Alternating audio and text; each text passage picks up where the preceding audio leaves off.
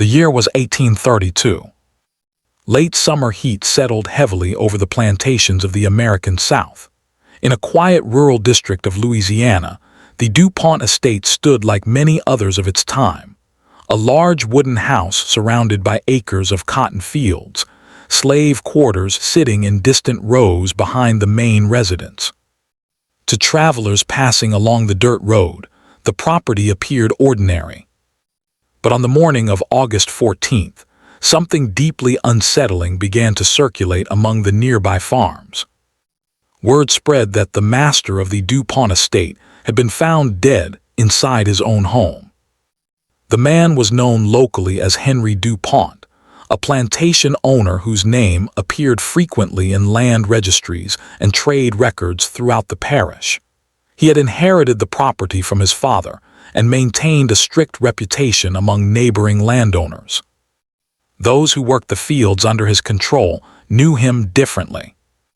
Plantation life in the 1830s followed rigid rules.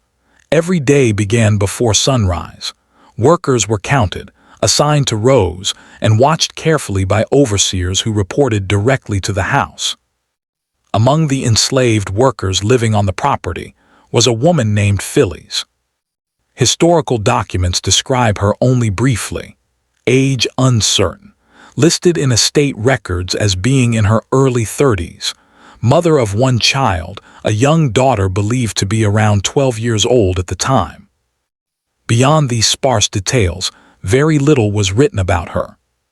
But witnesses later said Phillis was known among the quarters as someone quiet, observant, and fiercely protective of her child.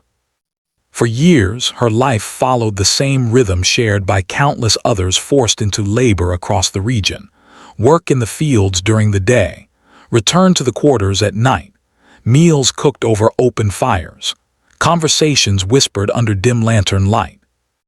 It was a life controlled by someone else. Yet in the days leading up to the death of Henri DuPont, several people would later recall that something on the plantation had begun to change. Small details.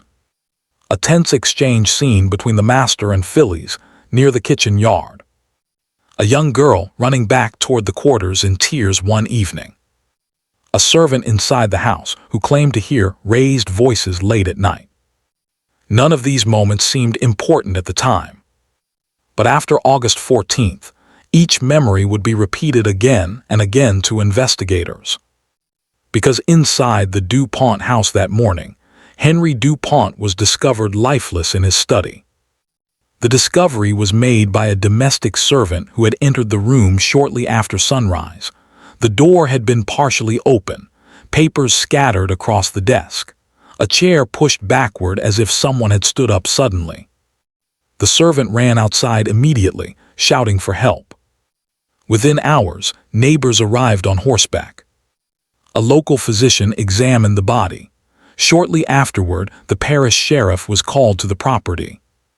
At first, many believed the death might have been the result of a robbery. But nothing appeared to be missing. The windows were still locked from the inside. And there were no signs of forced entry. Whoever had entered the study had either been invited inside or already lived on the plantation. That realization shifted the entire investigation. Attention slowly turned toward the people who lived and worked on the estate. Dozens of enslaved workers were questioned by the sheriff and several local officials. Most gave similar answers. They had spent the night in the quarters as usual. No one had seen anything unusual. But one name began appearing repeatedly in the statements: Phillis. Several workers claimed that late the previous evening, she had been seen walking near the main house.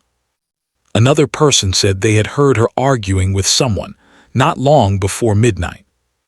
At first, these details were treated cautiously.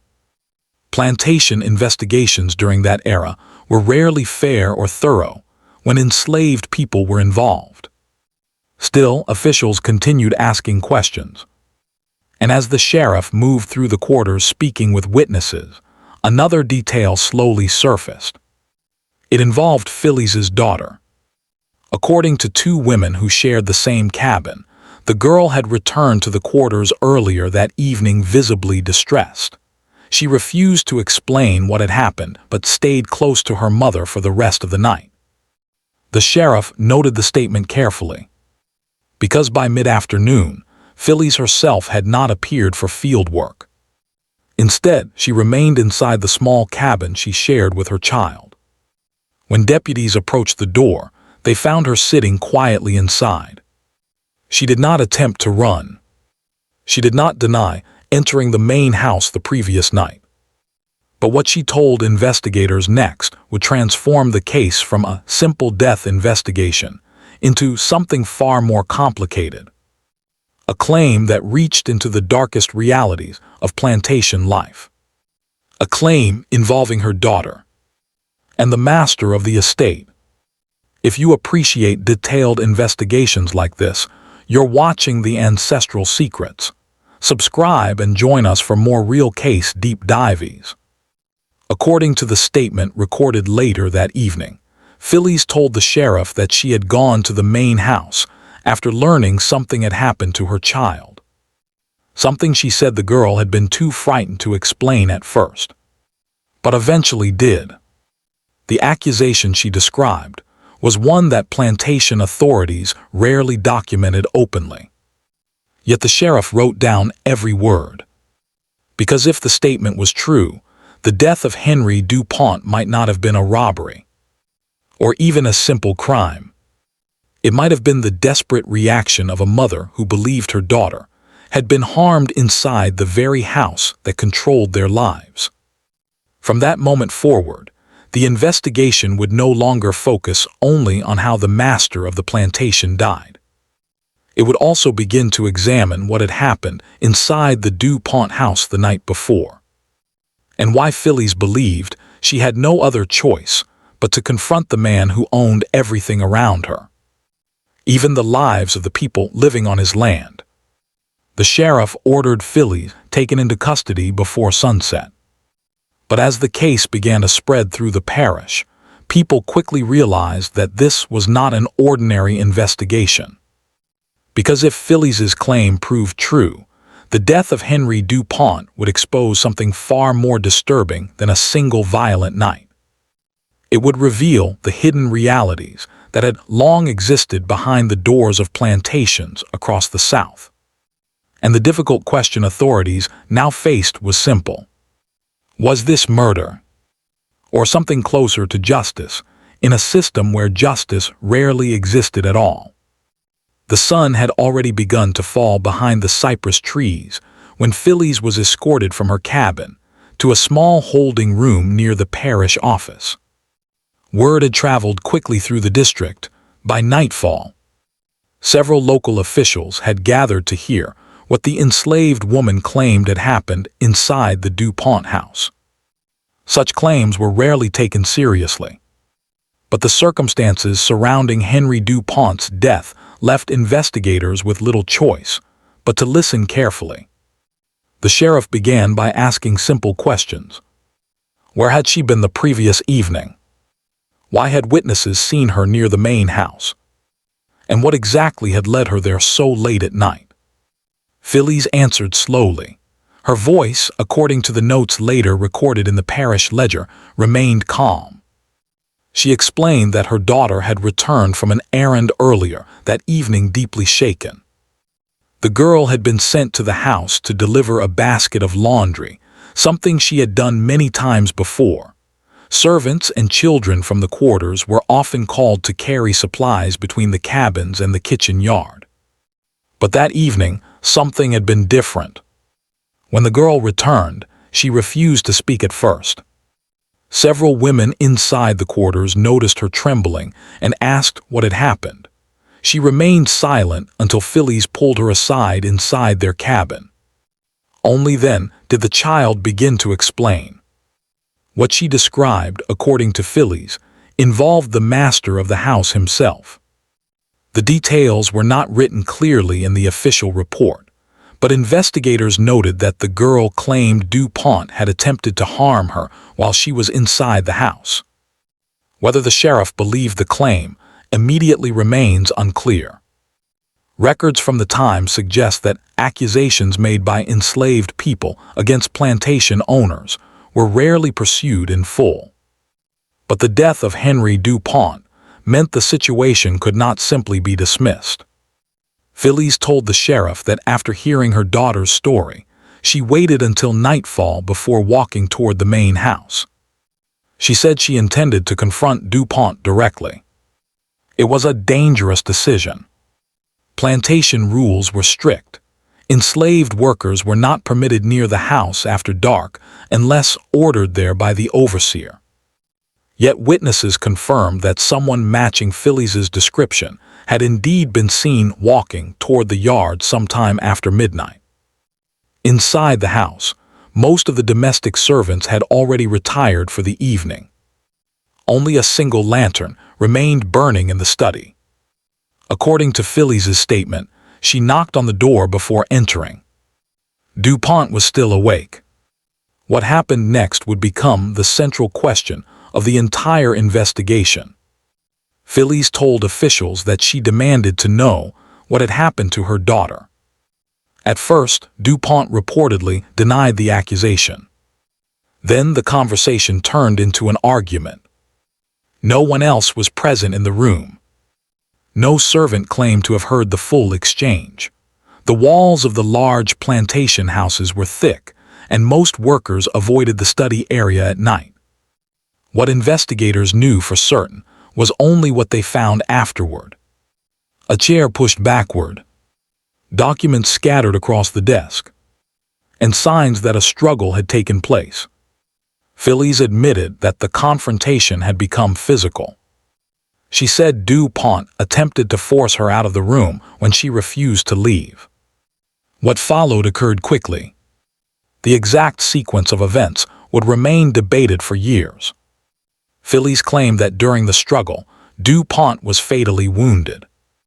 Whether the act had been deliberate or the result of a chaotic confrontation was never fully determined.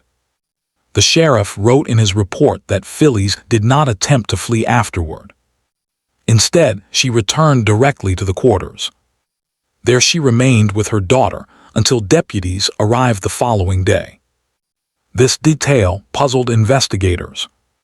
Most people accused of killing a plantation owner would likely attempt to escape immediately. The surrounding forests and river routes offered possible paths to freedom. But Phillis had stayed. When asked why, her response was simple. She said she would not leave her child behind. By the following morning, the entire parish was discussing the case. Neighboring plantation owners expressed outrage over the death of one of their own. Some demanded immediate punishment. Others urged caution, concerned that the accusations surrounding DuPont might attract unwanted attention. Meanwhile, the sheriff continued gathering testimony. Domestic servants from the DuPont house were questioned repeatedly. One kitchen worker admitted seeing the young girl enter the house earlier that evening. Another servant confirmed that DuPont had been drinking late into the night in his study. A third witness reported hearing raised voices sometime after midnight, but could not identify who had been speaking. Each statement added small fragments to the timeline. Yet none of them fully confirmed Phillis's account. Investigators also examined the study itself more carefully. Furniture appeared disturbed, suggesting some form of struggle had occurred. But beyond that, little physical evidence could clarify exactly what had happened. The case quickly became complicated by the social realities of the time. Phillis was enslaved. DuPont had been a wealthy landowner. Under the legal systems of the early 19th century, the testimony of enslaved people carried little weight in court. Even the sheriff seemed aware that the investigation was moving into dangerous territory. Because if the accusation against DuPont was acknowledged publicly, it could raise uncomfortable questions about behavior on other plantations throughout the region. Within days, pressure began mounting from powerful families who wanted the matter resolved quickly. Some argued that the circumstances did not matter. A plantation owner was dead. In their view, the law required a clear and immediate response. Others privately admitted that the story told by Phillis might not be impossible. Rumors about DuPont's behavior had circulated before. Servants had occasionally been reassigned after spending time inside the house. But no formal complaints had ever been recorded. The sheriff faced a difficult position. Ignoring Phillis's statement entirely could leave gaps in the investigation. But pursuing it openly risked angering the very people who controlled the region's courts and juries. Meanwhile, Phillis remained in custody. Her daughter was placed under the care of several women from the quarters. According to later accounts, the girl refused to speak to investigators. Each time deputies attempted to question her, she clung silently to the older women protecting her. This silence only deepened the mystery. Was she too frightened to confirm what had happened? Or had the events of that night been misunderstood entirely? As the days passed, the parish prepared for the next stage of the case. A formal inquiry would determine whether Phillis should stand trial for the death of Henri DuPont. But by then, the story had already begun spreading far beyond the small district where the plantation stood. Travelers carried rumors to nearby towns. Some described Phillis as a murderer. Others quietly referred to her as a mother who had defended her child. The truth, however, remained buried somewhere inside the study where the confrontation had taken place. And until the court examined the case more closely, no one could say for certain whether the events of that night would be remembered as a crime, or as the desperate act of someone who believed there was no other way to protect her daughter. By the end of the week, the death of Henri DuPont had become the only subject discussed across the parish. Plantation roads that were usually quiet now carried riders traveling back and forth between estates, carrying fragments of information that seemed to change slightly with each retelling. Some claimed the death had been planned. Others insisted it was a sudden act born from desperation. But almost everyone agreed on one thing. The case threatened to expose realities that plantation society preferred to keep hidden. Inside the parish courthouse, officials prepared for a formal inquiry. Such proceedings were not uncommon when a landowner died under suspicious circumstances. But the presence of an enslaved woman as the central figure in the case created immediate tension. The law of the time placed enslaved people in a position where their testimony could easily be dismissed. Yet the circumstances surrounding DuPont's death made it impossible to ignore Phillis entirely. The sheriff's written report was delivered to the magistrate 3 days after the incident.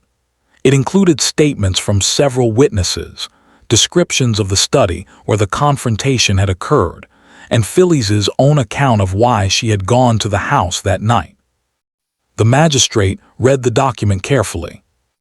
What troubled him most was not only the death itself, but the accusation connected to it. If the claim involving Phillis's daughter were acknowledged openly in court, the case could quickly become something far larger than a single homicide investigation. Still, the inquiry moved forward. On the morning of August 19th, a small group gathered inside the courthouse to hear the preliminary testimony.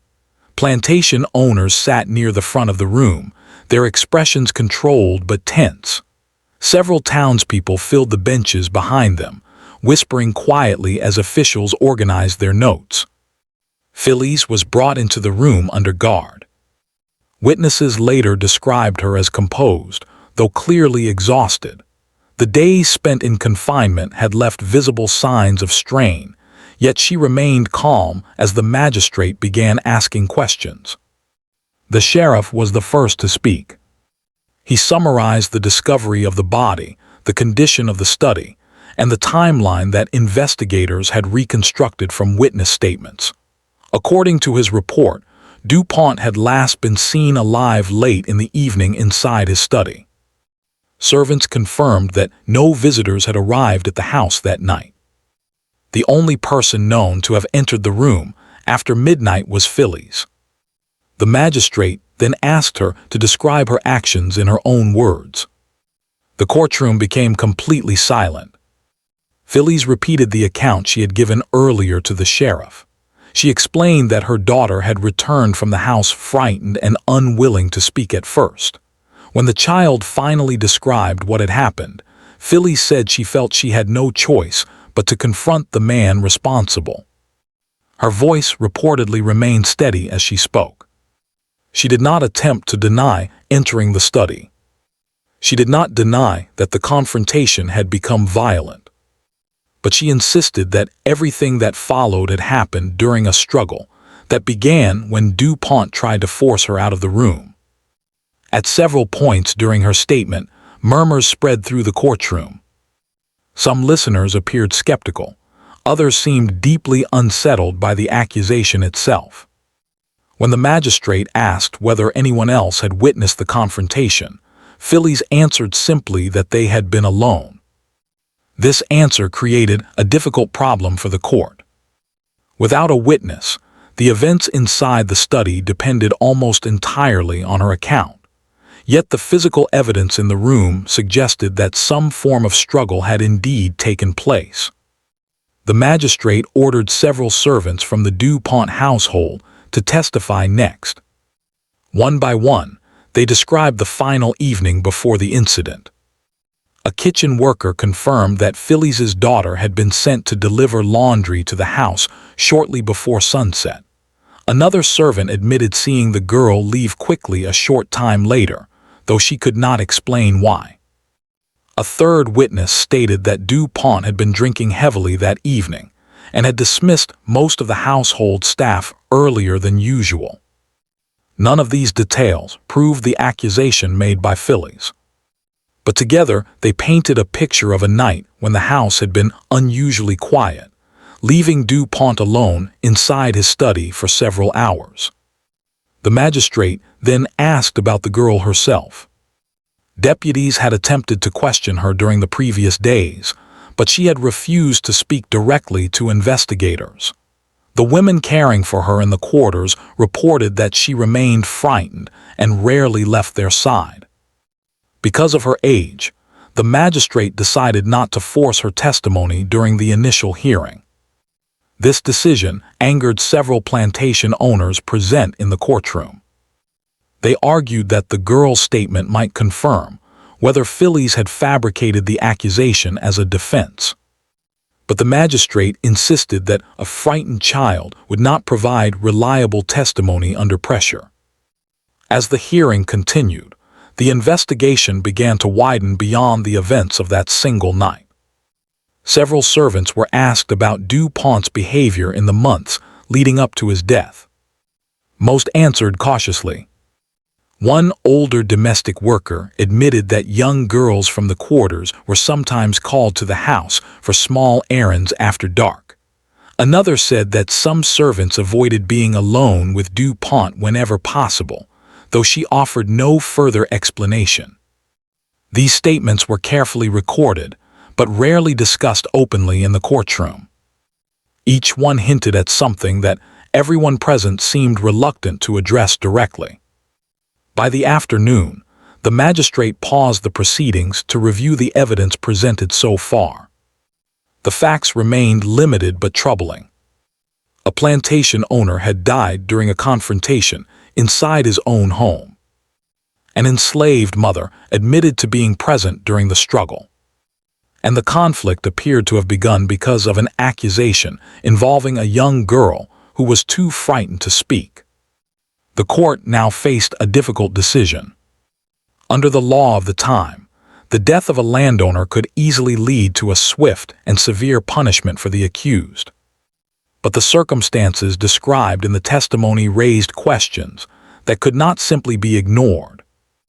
If Phillis had acted in defense of her daughter, the moral implications of the case would be far more complex than the legal system was prepared to acknowledge. Outside the courthouse, crowds had gathered throughout the day, waiting for news of the inquiry. Some expected the magistrate to order an immediate trial. Others believed the case might quietly disappear once the attention surrounding it faded. But as evening approached, the magistrate reached a decision that surprised many observers. Phillis would not be judged immediately. Instead, the court ordered a full trial to examine the circumstances surrounding the death of Henri DuPont. The decision ensured that the investigation would continue. It also guaranteed that the story would spread far beyond the parish. Because once the trial began, witnesses from the plantation would be called to testify again. New evidence might emerge. And for the first time, the hidden tensions of life inside the DuPont estate would be examined in a courtroom where everyone, landowners, servants, and officials alike, would be forced to confront the same unsettling question. What truly happened inside the study on the night Henri DuPont died? The weeks that followed the magistrate's decision changed the atmosphere of the entire parish. Until that moment, many plantation owners had assumed the case would be resolved quietly. A short inquiry, a quick verdict, and the story would disappear into the routine records of the court. But the announcement of a full trial meant something very different. It meant witnesses would be called again. It meant the events inside the DuPont house would be examined publicly. And it meant that the accusation connected to the case would remain impossible to ignore. Preparations began immediately. Officials reviewed every statement taken during the initial investigation. The sheriff revisited the DuPont estate to confirm details of the study where the confrontation had taken place. Measurements were recorded. The position of the desk, the windows, and the chair that had been found pushed backward were carefully noted. Although such documentation might seem routine, it was unusual for cases involving enslaved individuals to receive this level of attention. But the death of a plantation owner had forced the court to proceed cautiously. Meanwhile, Phillis remained confined in a small holding cell near the parish courthouse. Witnesses later described her daily routine as quiet and repetitive. She spoke rarely to guards and spent most of her time sitting near the narrow window in the cell, where a small amount of sunlight passed through during the morning hours. Her daughter remained in the quarters at the DuPont estate. The magistrate had ordered that the child not be removed from familiar surroundings unless absolutely necessary.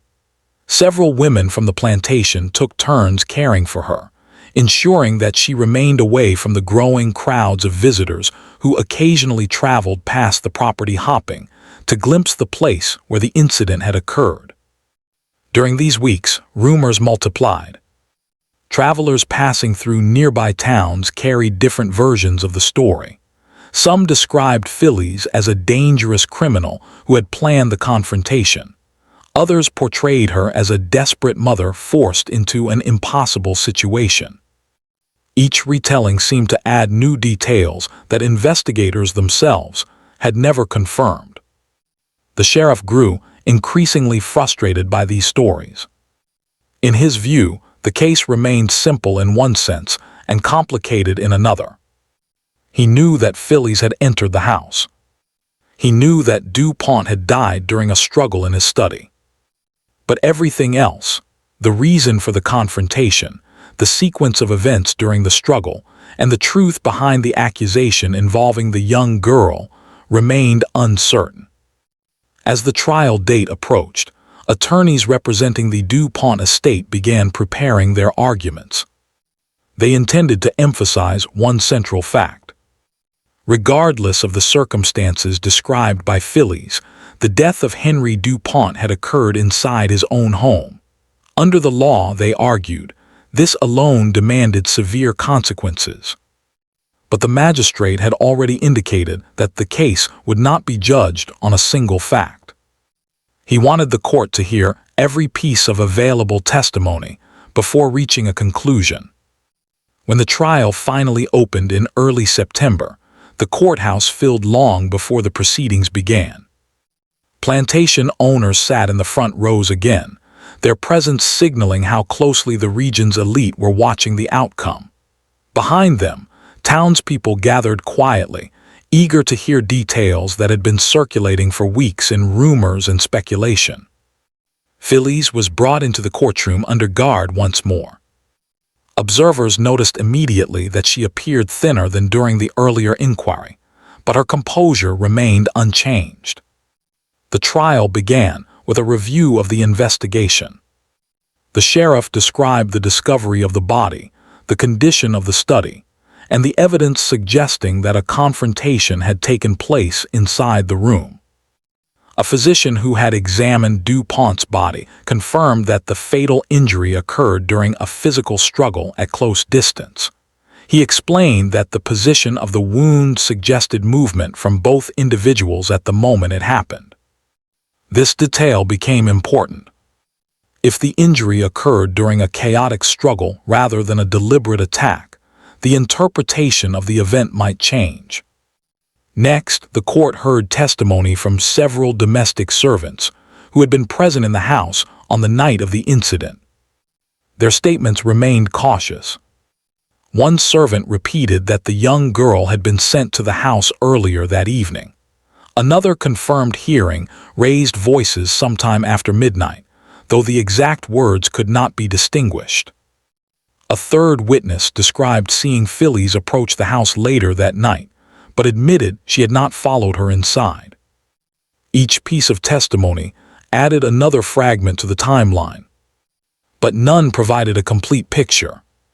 The courtroom waited quietly as the magistrate called for Phillis to speak again. She stood slowly and repeated the account she had given during the earlier hearing. Her daughter had returned from the house frightened. The child eventually explained what had happened inside the study. Phillis had gone there after dark to demand an explanation from the man she believed responsible. When DuPont attempted to force her out of the room, the confrontation escalated. During the struggle that followed, the fatal injury occurred. The magistrate asked whether she had intended to cause DuPont's death. Phillis answered that she had gone only to confront him. According to the court transcript, she added one additional statement that had not been recorded during the earlier inquiry. She said that in that moment inside the study, she believed her daughter's safety depended on stopping the man standing in front of her. The room remained silent after she finished speaking. No one in the courtroom could confirm her account directly. Yet the details described by the physician suggested that a violent struggle had indeed taken place.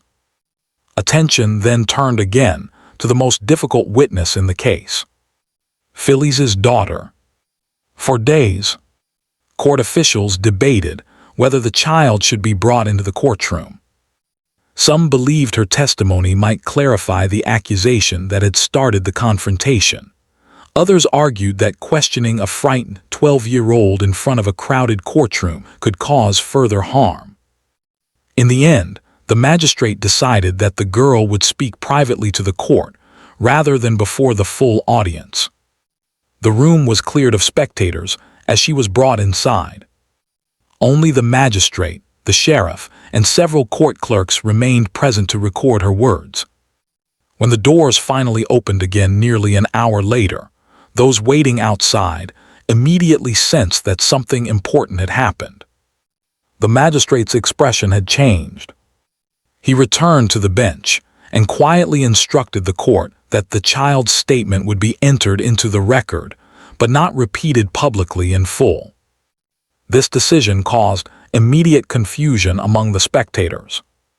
But the magistrate explained only that the testimony supported the claim that the events of that evening had begun with an incident inside the house earlier that day. The exact details would remain sealed in the official record. For the first time since the investigation began, it appeared that Phillis's accusation might not have been invented. Yet the law still required the court to determine whether her actions during the confrontation could be justified. The trial now moved into its final stage. Attorneys presented their arguments carefully. One side insisted that, regardless of the accusation, the death of Henri DuPont had occurred at the hands of someone he legally owned under the system of the time. Allowing such an act to go unpunished, they argued, could threaten the authority of plantation law itself. The opposing argument focused on the circumstances described by Phillis and supported, at least partially, by the private testimony of her daughter. If the confrontation had begun because a mother believed her child had been harmed, then the events inside the study might be interpreted differently. By the time the court recessed that evening, the parish understood that the outcome of the case would carry consequences far beyond the DuPont estate. Because the final decision would determine not only the fate of one woman, but also whether the law was willing to acknowledge the desperate realities that existed within the system it had long protected. The final days of the trial unfolded under a tense silence that seemed to settle over the entire courthouse. By now, everyone present understood that the case had moved beyond a simple investigation into the death of Henri DuPont. The testimony given during the previous sessions had forced the court to confront uncomfortable realities that many people in the parish had spent years ignoring. Plantation life operated on strict hierarchies. Authority flowed in one direction, from owner to overseer to the laborers forced to work the land. Under such a system, the law was rarely asked to consider the fears or experiences of those at the very bottom. But the testimony from Phillis, combined with the private statement given by her daughter, had introduced something the court could not easily dismiss. A motive rooted not in greed, rebellion, or revenge, but in protection. Still, the law did not bend easily. When the court reconvened, the magistrate reviewed the central facts once again. Henri DuPont had died inside his study late at night. Phillis had entered the house and confronted him. A struggle had occurred, and during that struggle, DuPont had suffered the injury that ended his life. The question the court now faced was not whether Phillis had been present. She had admitted that herself. The question was whether the circumstances of that confrontation could change how the act would be judged.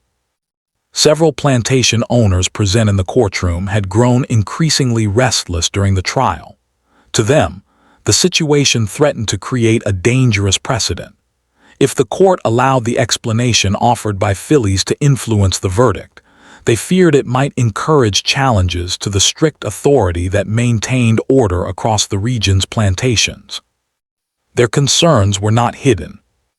During recesses, conversations in the courthouse hallways often returned to the same argument, that the system itself depended on clear consequences when its hierarchy was broken. Yet others who had listened to the testimony found the case more difficult to judge.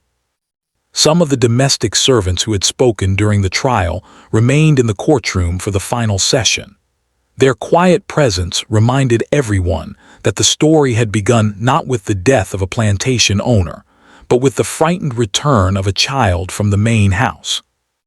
The magistrate called for the final arguments. The representative speaking on behalf of the DuPont estate addressed the court first. His argument focused entirely on the structure of the law. He reminded the magistrate that DuPont had been inside his own home when the confrontation occurred. Phillis had entered the house after midnight without permission. Under ordinary circumstances, such an action alone would be considered a serious offense. The representative insisted that the events that followed could not erase that fact. Regardless of the accusation made against DuPont, he argued, the confrontation had led to the death of a man who had not been given the chance to defend himself in court. For the system to maintain authority, the law had to respond firmly. When he finished speaking, the room remained quiet as the opposing argument was presented. This time, the focus shifted away from the strict structure of the law and toward the sequence of events that had led to the confrontation.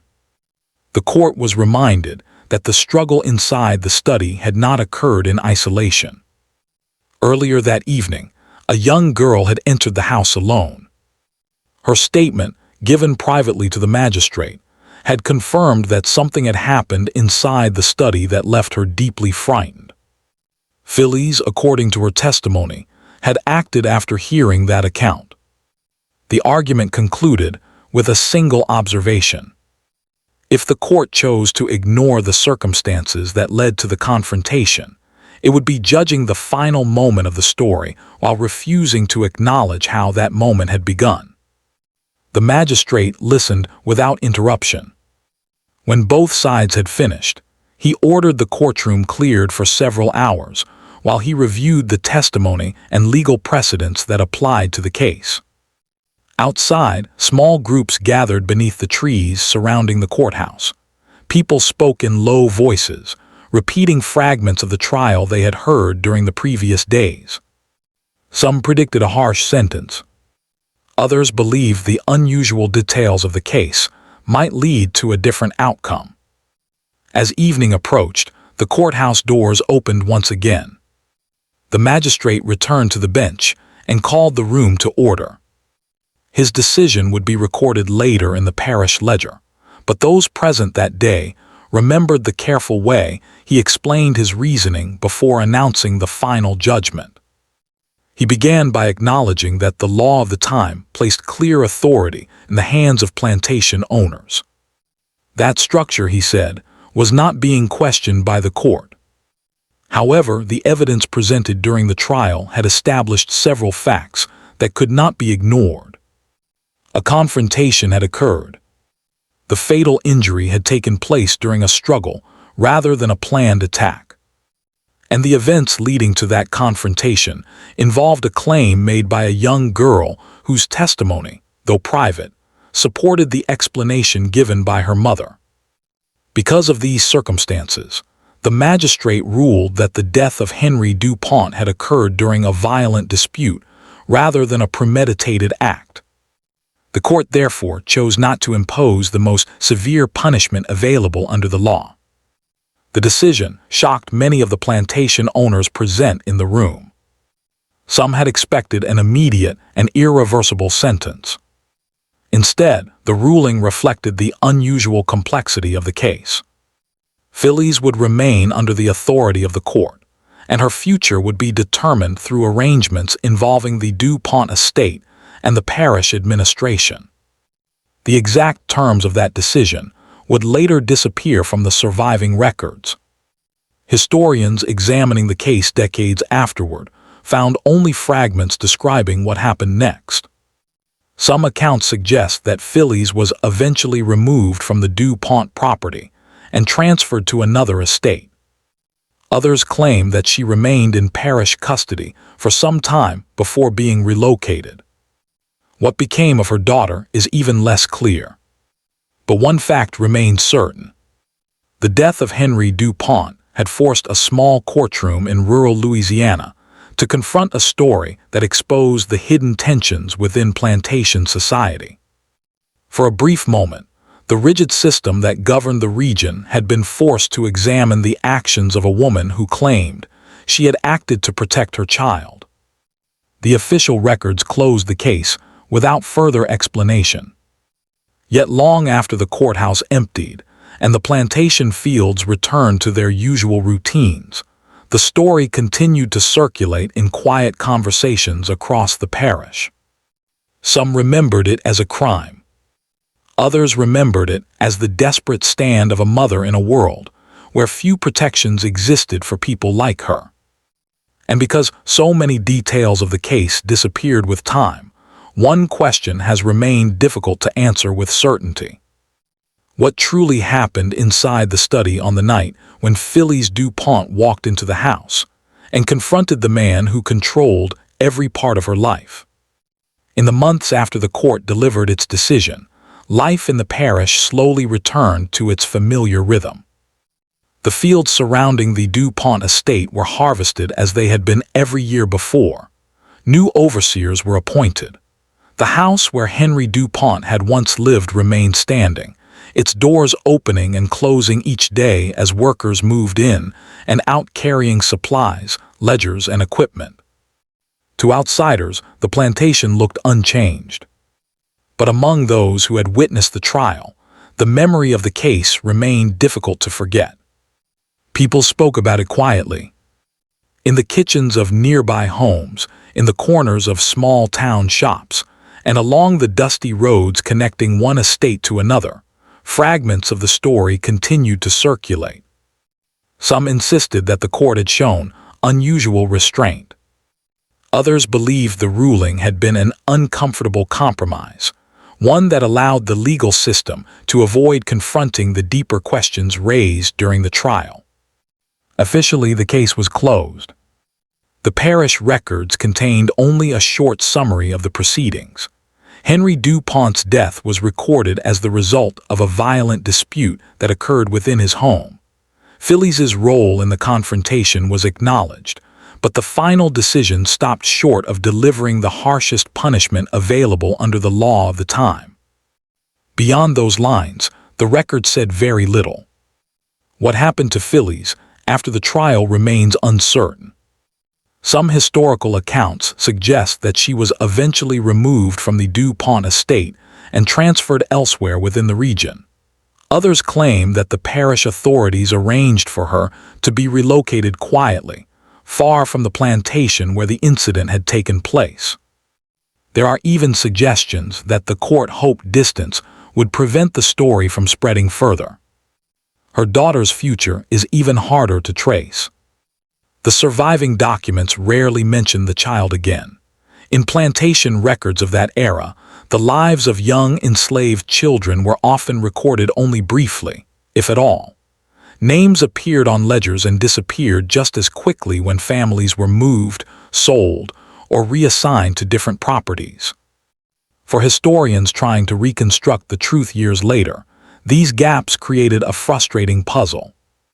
The most detailed descriptions of the case come not from official court transcripts, but from scattered letters and diary entries written by people who had attended the trial or heard about it afterward. Some writers described Phillis as calm and determined throughout the proceedings. Others focused on the shock felt by plantation owners who had expected a far more severe judgment. Yet almost every account returned to the same central moment. The night when a mother walked into the study of a powerful landowner and confronted him about what had happened to her child. Inside that room, something occurred that changed the course of several lives. Exactly how that confrontation unfolded remains impossible to reconstruct with perfect certainty. The physical evidence found in the study suggested a struggle. Phillis admitted that she had been there, and the private testimony given by her daughter convinced the magistrate that the events leading to that confrontation could not simply be dismissed. But the precise words exchanged between Phillis and Henri DuPont during those final moments were never recorded. No witnesses were present. Only the two of them knew exactly how the argument began, how it escalated, and how the fatal injury occurred during the chaos of the struggle. When the courtroom emptied after the trial, those unanswered details remained behind like shadows within the official record. Years later, as the plantation system itself began to face growing criticism and change, stories like this one resurfaced in conversations about the realities of life inside those estates. The case of Phillis DuPont became one of many examples historians examined when trying to understand the human tensions hidden beneath the surface of plantation society. Because while the legal documents focused on a single death, the deeper story revealed something else entirely. A moment when a system built on power and silence collided with the instinct of a mother determined to protect her child. Even today, the surviving records leave room for interpretation. Some readers believe the confrontation was an act of desperation carried out in defense of a daughter. Others argue that the truth may be more complicated, shaped by fear, anger, and the chaotic circumstances of that night. But whatever the exact sequence of events may have been, the case forced a small parish court to consider a question that the legal system of the time was rarely willing to face. What happens when the people who hold absolute authority are themselves accused of wrongdoing? The official verdict closed the investigation. Yet the quiet uncertainty surrounding the story has allowed it to survive long after the courthouse doors closed and the plantation fields fell silent at the end of each day. Somewhere in the scattered archives of the parish, the brief records of the trial still exist. A few pages describing the death of Henri DuPont. A few lines mentioning the woman who stood before the court and described why she had entered his house that night. And behind those pages remains a story that continues to raise the same haunting question historians still ask today. In a world where justice rarely belonged to people like Phillis, was the final judgment truly the end of the case? Or only the last chapter of a truth that could never be fully written into the record?